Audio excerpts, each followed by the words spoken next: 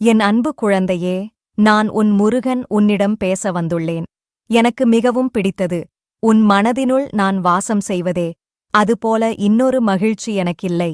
உன் உள்ளம் தூய்மையாக இருக்கும்போது என் அருளும் கருணையும் அங்கே நிழலாய் நிலைத்திருக்கும். நீ அழும்போது என் இதயமும் நொந்து போகிறது. நீ மகிழும்போது என் கண்களில் ஆனந்தம் பரவுகிறது. என் வேலின் ஒளி உன் வாழ்க்கையை ஒளிக்காக மாற்றும். நீ என்னை நேர்மையோடு வேண்டுகிறாய் என்றால் நான் உன்னை விட்டு எப்போதும் விலக மாட்டேன். உலகம் உனக்கு எதிராக இருந்தாலும் என் மயிலும் உனது பக்கத்திலிருக்கும். உன்னால்தான் என் பூஜைகள் அர்த்தமடைகின்றன.